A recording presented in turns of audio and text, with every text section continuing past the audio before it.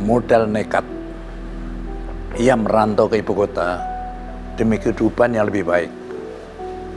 Kecintaannya pada dunia fashion dan ketekunannya untuk terus belajar membawa sosok lelaki yang satu ini sukses, mengharumkan nama Indonesia di panggung mode dunia.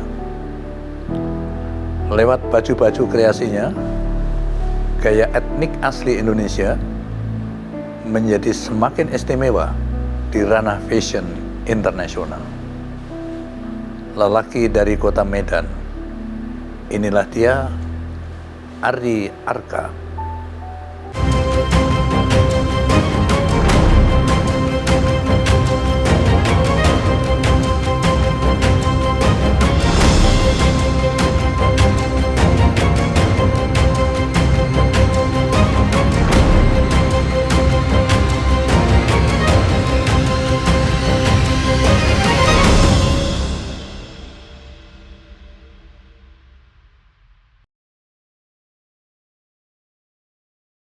Assalamualaikum warahmatullahi wabarakatuh. Sahabat Bang Yos, dimanapun Anda berada. Alhamdulillah bertemu lagi kita di acara Benang Merah Bang Yos. Tidak seperti biasanya ya.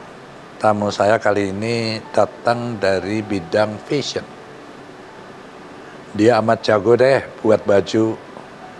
Dan karya-karyanya juga bukan dapat penghargaan di dalam negeri saja, tapi telah diakui oleh luar negeri. Hebat sekali deh dia. Penasaran nih ya? Yuk kita langsung aja, kita ajak ngobrol dengan Arie Arka. Pertama Arki, terima kasih ya. Kamu mau meluangkan waktu datang ke sini. Ya, sama-sama Bang. Aku tahu kamu sibuk orangnya, tapi alhamdulillah. Oke Arie, ya mungkin banyak penonton sudah tahu siapa kamu ya, tapi banyak yang tidak tahu masa kecilmu itu seperti apa gitu. Yeah. Dari keluarga seperti apa sih sebenarnya kamu ini gitu. Terus apakah mendapatkan pendidikan yang memang cukup dari orang tua, dari keluarga yang cukupan, pas-pasan atau di bawah itu? Coba dulu ceritain. Ya, jadi kalau dipikir ya dulu diingat-ingat, jadi memang Arie Arka di masa kecilnya itu memang nggak pernah yang neko-neko atau gimana-gimana. Orang tua saya tuh sebenarnya kehidupannya ya kalau boleh dibilang lebih ya tidak, ya paling cuman cukup aja. Jadi memang orang tua saya tuh dari kecil tuh sudah mendidik saya di umur saya kelas berapa tuh waktu itu ya, kelas 5 apa kelas 6 SD tuh ibu saya punya kedai kelontong. Kamu berapa saudara sih? Tiga saudara, saya yang paling besar. Kamu paling besar? Ya. Oke. Jadi orang tua saya tuh punya kedai kelontong dan akhirnya saya tuh pulang sekolah dari SD tuh suka jagain warung gitu loh. Ayahmu sendiri apa? Orang tua saya tuh sebenarnya wira swasta, cuman pekerja biasa dan hari-hari itu bapak saya tuh cuman kerja ya sebagai montir di bengkel gitu ya. Mungkin penghasilannya juga nggak banyak lah, bisa menyekolahkan anak 3 kalau pada saat itu ya nggak mungkin gitu ya, kan. Pas-pasan lah ya. Bener.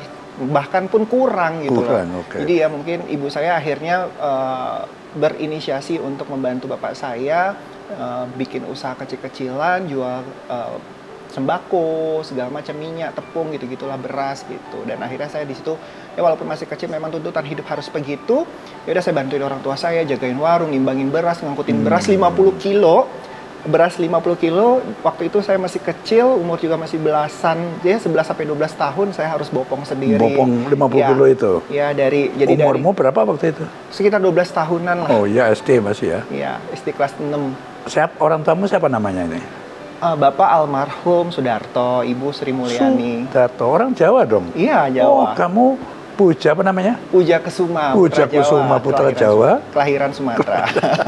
Kalau dulu Cadel. Iya, Jawa Deli. Jawa Deli. Oke. Jadi bantuin ibu nimbangin, ngangkatin beras, jualin apa segala macam, terus ya sekolah ya iya gitu loh. Ya udah, terus akhirnya waktu itu saya SMP di sekolah teknik, jadi kerjanya tuh buat ya kursi, meja, cangkul, arit itu belajarnya kayak gitu, keterampilan lah semuanya waktu SMP. Terus beranjak ke SMA, saya berusaha untuk kayak mengutarakan keinginan saya kepada orang tua saya lewat ibu. Waktu itu saya bilang pengen deh sekolah pariwisata gitu, karena saya memang dari dulu nggak pernah kepikiran untuk melanjutkan ke tingkat SMA gitu loh. Saya pengennya ke SMK karena saya berpikir waktu itu orang tua saya yang semuanya serba pas-pasan, kalau saya bersekolah di SMA saya harus melanjutkan lagi ke kuliah gitu loh. Karena itu kamu ke SMK? Iya, karena berpikir waktu itu kalau SMK abis tamat sekolah bisa langsung kerja gitu kan, karena udah ditempa. Dan masuk kelas 1 SMA, alhamdulillah Tuhan kasih rezeki yang baik dan belajar buat saya. Jadi saya waktu itu pagi sekolah, pulang sekolah jam 2, jam 3 saya sudah bekerja sebagai waiter di salah satu hotel yang ada di Medan. Kerja sebagai? Waiter. Di mana itu? Di Medan. Oh iya. Jadi benar-benar tuh kayak yang hidup tuh ya udahlah jalanin aja, gaji nggak seberapa. Sampai malam kamu kerja? Iya, sampai jam 11. Wih, terus kapan belajarnya? Jadi gini, waktu itu supervisornya tuh alhamdulillah baik banget. Jadi kita selalu dikasih waktu 1 jam spare untuk menyelesaikan PR-PR sekolah. Jadi nyampe di hotel. Waktu kerja itu? Iya, nyampe di hotel, tap in absen. Terus habis itu kita naik ke atas, ganti baju bla bla bla, terus di ruangan khusus gitu kita ngerjain PR sampai jam 4. Jam 4 preparation meja apa segala macam, baru jam 7, jam 5 itu udah mulai kerja gitu. Sampai malam jam 11 pulang, nanti bapak jemput, kadang pulang naik angkot gitu. Ya udah, itu rutinitas selama 2 tahun. Terus setelah lulusan, selesai itu SMA, SMK di Medan. Saya berpikir gini, waktu sekolah tuh zaman saya SMA tuh teman-teman udah pakai handphone, terus pulang sekolah udah pada naik motor sendiri, tapi saya enggak. Sampai masa kuliah pun saya enggak gitu loh. Jadi benar-benar tuh kayak yang kapan ya gue bisa punya seperti mereka gitu. Sementara waktu itu teman-teman tuh udah ngerasain itu, tapi aku sendiri tuh belum pernah ngerasain gitu loh. Jadi cuman bicara dalam hati, aku pengen deh kayak mereka gitu. Tapi ya sadar lah kondisimu sadar. Bener-bener sadar kondisi keluarga kayak apa gitu. Terus tamat sekolah SMA, waktu itu di SMK itu saya berusaha untuk ngobrol sama bapak. Bapak waktu itu duduk di depan rumah, di teras rumah sendirian. Terus saya berusaha untuk nyamperin karena saya pengen kuliah waktu itu. Ya kalau mau sombong diri, waktu itu saya merupakan salah satu anak yang berprestasi lah di sekolah juga gitu. Di SMA itu? Iya. Terus ingin kuliah ngomong sama orang tuamu, sama ayahmu? Ngomong, bapak duduk di depan teras, saya ngomong gini, Pak, aku pengen deh Pak kuliah gitu. Terus responnya apa? Waktu itu bapak tuh cuman diem aja. Diem saja? Saya tuh sebenarnya nggak mau ngebahas ini karena pasti saya akan ya itu masa-masa gitu. Sulit lah, semua orang juga banyak ngalami kakakmu. Jadi bapak diem aja, nggak ada bahasan apapun, sepatah kata pun nggak ngomong gitu loh. Dan saya akhirnya malah ditinggal pergi gitu loh. Dari situ saya menyimpulkan diri, wah bahwasannya bapak saya nggak mampu nih nyekolahkan saya untuk ke tahap selanjutnya gitu, kuliah lah paling nggak. Sampai nggak ngerti apa yang diomongin bapak, masanya itu saja sebenarnya. Iya gitu. Jadi akhirnya tuh saya berpikir diam, saya sempat curhat ke teman. Ya udahlah Ri, sabar kata dia gitu kan. Terus akhirnya saya berkesimpulan, ya udah, saya memutuskan untuk kerja. Waktu itu saya coba ngelamar kerja, terus akhirnya diterima, gaji cuma 900.000, kerjanya tuh dari jam 6 pagi sampai jam 11 malam. Sebulan tuh cuma dapat 900.000. Jadi SPG di mall-mall itu jaga baju Pak. Oh iya. Nah, abis itu saya ngumpulin duit, kerja sana, pindah sini, dan akhirnya selama 2 tahun duit udah kekumpul, saya baru daftar kuliah. Di Medan nih? Iya, di Medan. Saya kuliah di salah satu universitas di Medan, ambil jurusan ekonomi manajemen. Saya pikir this adalah hal yang simpel gitu loh, karena biar bagaimanapun juga pasti ada bekalnya lah nanti, dan bermanfaat lah nanti, walaupun cuman ekonomi manajemen gitu kan. Nah, terus akhirnya saya kuliah. Fakultas apa kamu pilih? Ekonomi manajemen. Ekonomi manajemen? Iya, ekonomi manajemen. Jadi pagi tetap kerja, saya ambil kuliahnya kuliah malam gitu loh. Nah, akhirnya saya berusaha untuk berpikir gini, wah gimana ya kalau gini-gini terus kayaknya saya juga ya nggak bakal bisa berhasil lah gitu. Karena saya berpendapat waktu itu melihat beberapa teman, saudara apa segala macam yang kuliahnya panjang, tamat, lulus cum laude gitu, tapi kok mereka juga nggak kerja gitu. Jadi saya berasumsi waktu itu, wah kuliah juga nggak bakal ngejamin nih kalau saya bisa sukses gitu loh. Karena asumsi saya sebagai anak pertama, saya harus bisa sukses untuk membahagiakan keluarga saya gitu. Ketika saya menghadapi hal susah, saya nggak mau adik-adik saya susah gitu. Dan akhirnya saya berjuang sendiri, saya berpikir ya udah, saya hijrah ke Jakarta, saya mohon doa restu sama orang tua saya. Orang tua saya nggak ngizinin dan saya tetap pergi ke Jakarta gitu loh.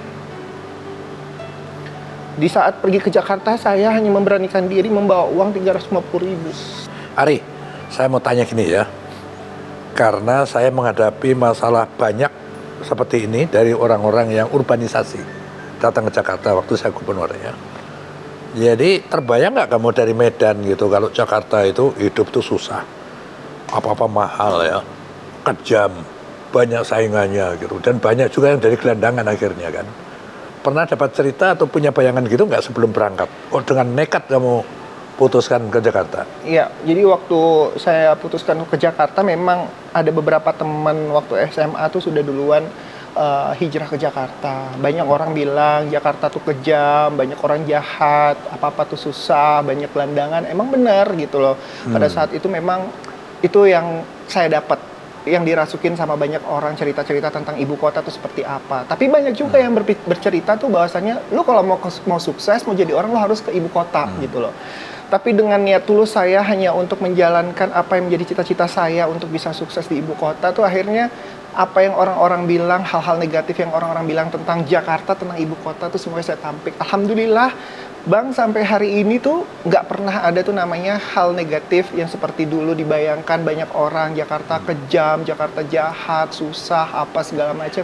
Ya saya berpikir karena saya punya niat tulus gitu. Kamu tahun berapa itu hijrah ke Jakarta itu? Waktu itu saya hijrah ke Jakarta tuh 2007 akhir, 2008 awal lah kurang lebih. Oh, saya sudah ya. Sudah selesai itu. Hampir selesai kayaknya. Nah, hampir selesai. Jadi saat kamu datang itu modalmu apa gitu? Ya, waktu itu banyak support juga dari teman-teman. Ayo Ri ke Jakarta, sama-sama kita berjuang di sini. Aku yakin pasti kamu bisa deh gitu loh.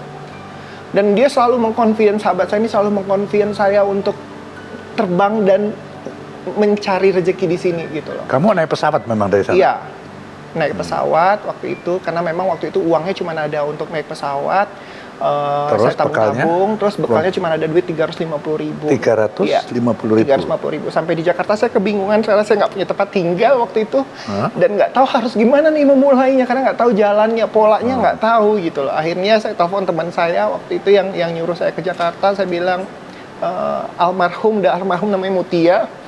Mut, aku udah di Jakarta, aku gimana nih, aku bilang. Kamu nebeng ke tempat temanmu itu? Ya, akhirnya aku nebeng ke dia 2 malam, terus nebeng lagi ke tempat temen yang lain yang ada di sini. Oh, pindah-pindah ya, gitu. Tapi orang Medan semua ini ya? Iya, semua orang Medan. Tapi saya berpikir gini, ya memang harus dijalani seperti ini. Habis saya mau ngekos duitnya cuma 350.000 untuk makan aja mungkin hampir 1 bulan ke depan nggak cukup gitu kan. Terus akhirnya one day aku bilang, Mut, aku gimana ya, kan aku nggak mungkin nih harus numpang-numpang terus. Aku bilang kayak gitu kan. Terus dia bilang, ya udah lari kok ngekos aja di depan. Ini aku kasih uang kosnya. Dia kasih aku 750.000 untuk ngekos. Dan setiap hari tuh kayak bingung mau mulai dari mana. Makan juga kan harus dipikirin gitu kan. Jadi setiap jam makan Mutia selalu telepon, udah makan belum Ri gitu kan. Belum Mut, sini makan sama aku gitu kan. Jadi memang perjalanan waktu itu tuh cukup perih-perihnya tuh. Ya kalau boleh dibilang beli sari roti waktu itu cuma 8.000, tapi harus dibagi-bagi siang, sore, malam gitu. Terus harus makan energen tiap hari gitu loh. Yang penting kenyang gitu loh. Dan waktu itu sebenarnya nggak mau ngerepotin teman-teman karena pikir teman-teman juga punya kerjaan sendiri, punya kesibukan sendiri, punya tuntutan hidup sendiri. Tapi akhirnya harus berjuang. Dan akhirnya mencoba untuk kayak casting. Akhirnya cuma jadi figuran, dibayar 150.000. Ya udah dijalani aja, yang penting ada tambahan. Kerja apa itu? Kerja apa? Casting, jadi figuran gitu loh. Nah terus akhirnya ada tawaran jadi SPB, jadi usher, sempat pernah juga. Model pernah kamu? Iya gitu, apa aja lah pokoknya dapat duit gitu loh. Sampai jadi badut juga? Benar, jadi waktu cerita jadi badut tuh sebenarnya saya pengennya tuh daftar cuman pengen jadi usher, tapi begitu sampai di tempat di GBK malah disuruh jadi badut gitu kan. Waktu itu memang bayarannya lumayan cuma 350.000, tapi itu berarti banget buat aku untuk menyambung hidup di Jakarta. Dan akhirnya gini, ya Allah gini banget, gue daftar jadi usher dengan harapan bisa tampil keren gitu kan. Tapi kok malah sampai di sini cuma disuruh jadi badut ya gitu kan. Tapi ya udah akhirnya harus ikhlas gitu, harus jalanin semuanya, nggak apa-apa deh gitu. terus disuruh jadi badut, jadi Peter Pan, pakai baju yang serba ketat sampai ngebentuk gitu kan, itu nggak pede banget tapi harus pede tunjukin gitu. Kontrak tuh cuma 1 hari sebenarnya, tapi akhirnya dari IO-nya bilang, Ri mau nggak kita perpanjang jadi 2 hari? Ya udahlah, aku pikir nggak apa-apa, aku ikhlas gitu, yang penting aku dapat uang gitu kan. Dia lumayan 700.000 bisa bayar uang kosan 1 bulan gitu kan. Dan dari situ apa aja dijalanin, harus jadi SPG, harus jadi IMC. Ya kalau bilang flashback ke belakang tuh aku sebenarnya orang yang introvert banget. Ketemu sama orang nggak mau, ngomong itu susah, tapi Jakarta memberikan aku banyak pelajaran sehingga aku harus merubah sikapku, karakterku dengan sendirinya karena tuntutan hidup gitu loh. Jadi pernah juga ditawarin jadi MC karena gajinya honornya lumayan 750.000, kadang 1 juta, kadang 1.500.000 gitu. Yaudah berpikir gini, yaudah aku bisa deh, aku bisa, Bismillah aku bisa gitu. Masalah gimana-gimananya setelah tawaran itu sampai hari H berlangsung itu urusan nanti gitu loh. Mikirnya selalu begitu. Karena lumayan uangnya buat nyambung hidup, gitu. Jadi bertahun-tahun tuh nggak pernah komunikasi sama orang tua. Orang tua nggak pernah tahu anaknya di Jakarta tuh kayak apa bentuknya, makan nggak makan, jalan kaki dari Semanggi ke Grogol kan lumayan jauh gitu. Itu nggak pernah tahu. Dan nggak pernah aku ceritakan sampai hari ini. Nggak surat menyurat juga nggak? Tidak pernah.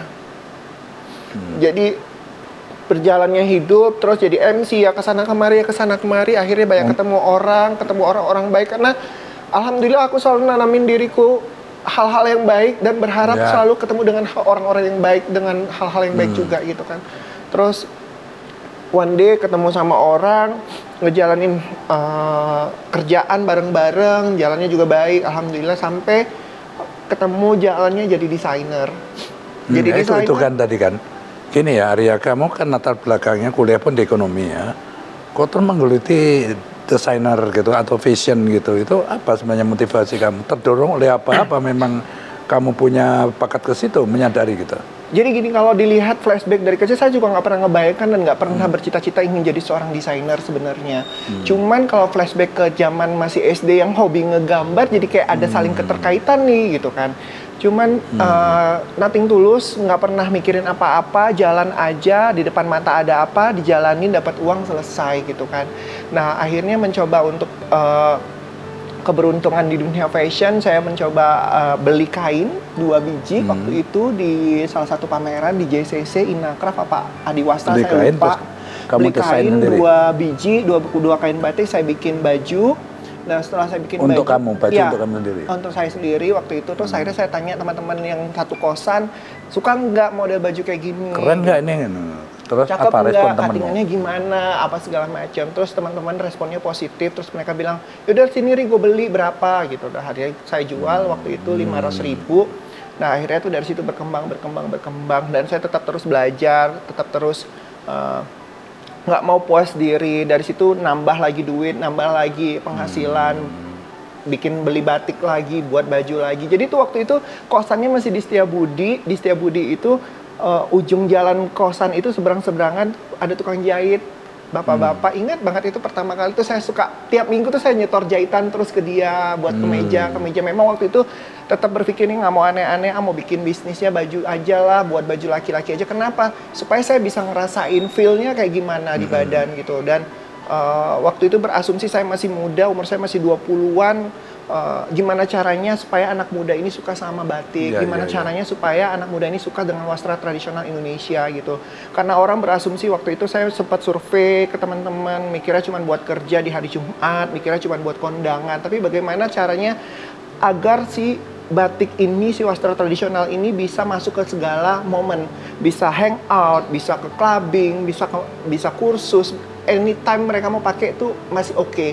Nah jadi dari situlah saya berpikir bagaimana menciptakan karya yang bisa masuk ke dalam segala suasana. Padahal modalmu otodidak aja ya? Ya. Bakat apa namanya, alam aja kan? Benar, bakat alam. Tapi terus kamu meneruskan apa gitu? Ngali ilmu bidang fashion di mana? Iya. Alhamdulillah Tuhan masih kasih jalan yang sangat baik, dan sampai sekarang itu masih tak percayain banget gitu loh. Dan waktu itu memang buat baju nggak ngerti fashion, nggak ngerti bagaimana create-nya, polanya apa segala macam. Mau beli buku mahal gitu kan. Akhirnya cuman datang ke Gramedia, datang ke Periplus, Paperclip, apalah segala macam tuh di Grand Indonesia, di Plaza Indonesia, kadang di Senayan. Datang duduk, cuman modal ongkos Kopaja 2.000, ya kan? Nyampe situ, duduk di Gramedia, saya suka nipuin mbak-mbak SPG-nya. Jadi saya bilang gini, Mbak boleh nggak Mbak saya mau beli buku ini tapi saya mau baca dulu sebentar, saya bilang gitu. Soalnya kalau nggak baca takut nanti bukunya samaan sama yang di rumah. Padahal saya tuh cuma pengen baca, duduk di situ seharian di Gramedia cuma baca Gratis ya? baca gratis. Jadi akhirnya saya pengen tetap terus belajar. Wah nggak bisa nih kalau kayak gini terus. Saya kan nggak ngerti apa-apa nih di industri fashion. Saya cuma ngerti ya bakat saya, kesukaan saya, passionnya saya, bukan fashionnya. Passionnya saya, terus akhirnya waktu itu saya memberanikan diri untuk ikut kursus di S-Mode. Di S-Mode? Ya, kursus di S-Mode. Waktu itu udah punya bisnis. Berapa lama lu kursus di situ? Cuma 6 bulan. 6 bulan. 6 bulan, tapi alhamdulillah mungkin karena udah Dapat deep ilmu ya, lah kamu ya. ya udah deep sama si bisnisnya, sama bidangnya. Jadi akhirnya waktu itu cuman belajar kursus menjahit, terus belajar buat pola. Alhamdulillah 2 hari langsung bisa bikin skirt, bikin blouse. Jadi itu luar biasa. Waktu itu muridnya satu kelas ada 20 orang, cuman saya sendiri cowok dan saya nggak pernah malu mau dibilang apapun kok cowok.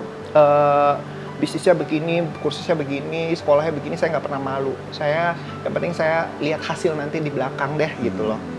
Terus panggungmu yang pertama saya ingat itu adalah di Jakarta Fashion Week ya. Tahun berapa itu? 2014 ya.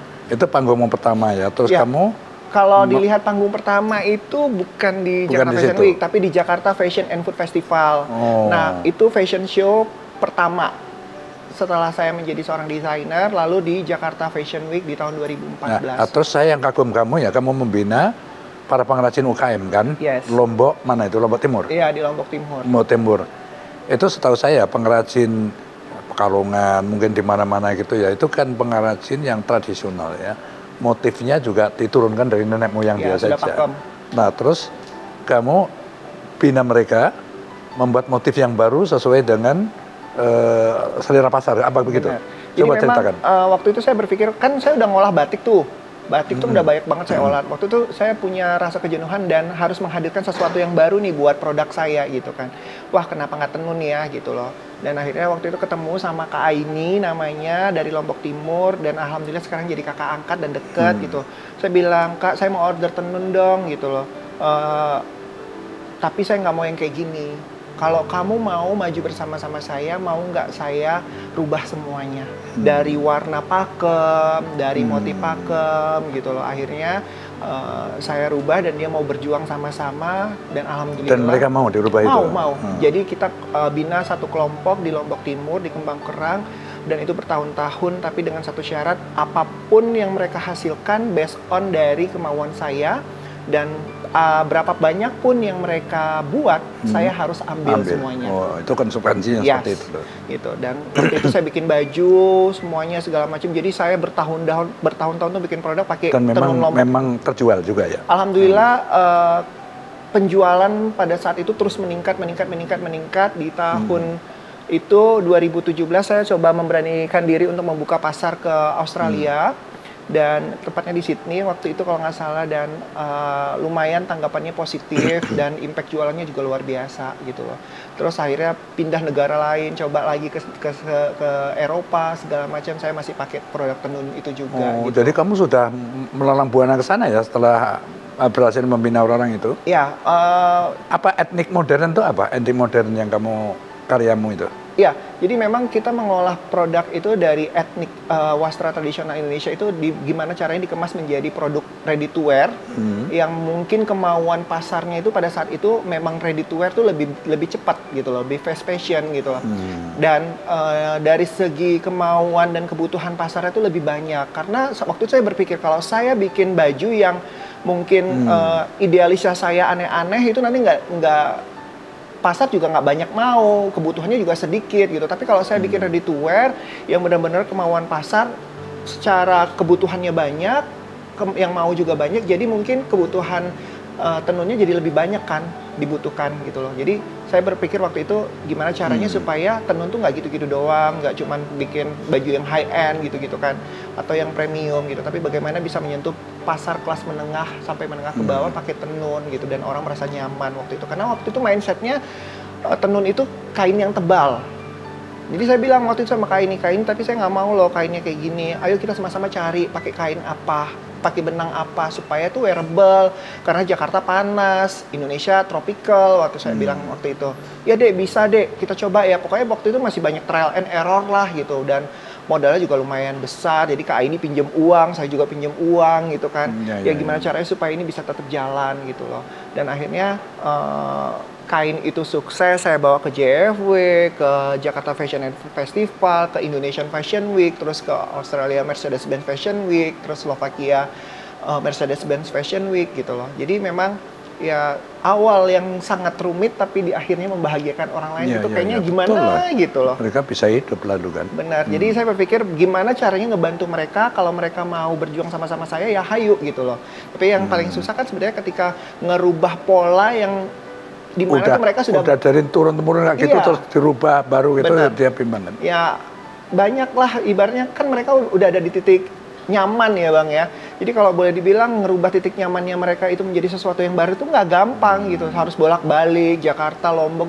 Tapi setelah tahu hasilnya kayak gitu ya mereka akhirnya mau juga. Sempat waktu itu tuh jadi kayak ada satu kelompok tuh ada 20-an orang tuh, yang beberapa orang tuh nyerah. Saya bilang saya berusaha untuk meyakinkan mereka, ayo sebentar lagi ini jadi uang, sebentar lagi ini jadi uang, sebentar lagi ini jadi uang. Semua tuh butuh kesabaran. Sama-sama saya berjuang untuk mempromosikan, kalian berjuang untuk bikin kainnya, saya bilang kayak gitu. Akhirnya mereka juga nurut kata saya. Jadi yang sebagian itu yang udah menyerah ya udah goodbye gitu kan. Tapi akhirnya dengan hasil yang udah saya berikan untuk mereka dan mereka menghasilkan untuk saya gitu, akhirnya yang lainnya melihat lagi ya, balik lagi gitu loh, sama-sama berjuang untuk bikin kain yang lebih bagus lagi gitu. Oke, Ari ya.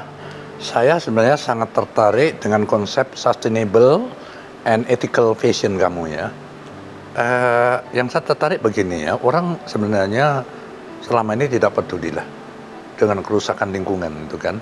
Kamu sadar sendiri kan, lingkungan kita jadi kayak begini kan antah ulah kita sendiri ya. Benar. Sebenarnya bagaimana konteksnya dengan fashion kamu, Bung Gan? Coba ceritakan. Ya, jadi waktu itu saya berpikir gini, untuk ngerubah hal yang baik itu memang nggak gampang atas kebiasaan masa lalu gitu. Tapi paling tidak kalau kita tidak bisa mengajak orang, kita mulailah dari diri kita sendiri, ya kan. Saya tahu waktu itu saya coba mencari research bahwasannya fashion itu merupakan salah satu penyumbang limbah terbesar dunia gitu, karena hasil dari potongan produk ready to wear yang memang banyak gitu loh, itu jadi kendala besar. Tapi akhirnya nggak usah terlalu jauh ke sana, saya berpikir coba deh saya lihat dulu deh di lingkungan saya bikin produk terus seperti apa. Ternyata memang benar hasil limbahnya saya tuh berkarung-karung gitu loh. Nah, jadi bagaimana saya menciptakan produk baru dari produk yang sudah ada dengan limbah-limbah saya. Jadi sempat waktu itu bikin produk-produk yang benar-benar dari limbah, kayak misalnya tas, segala macam, ya? Atau bisa waktu itu pernah juga berkolaborasi dengan salah satu UKM juga di Bogor. Jadi limbahnya saya diambil untuk dibikin boneka.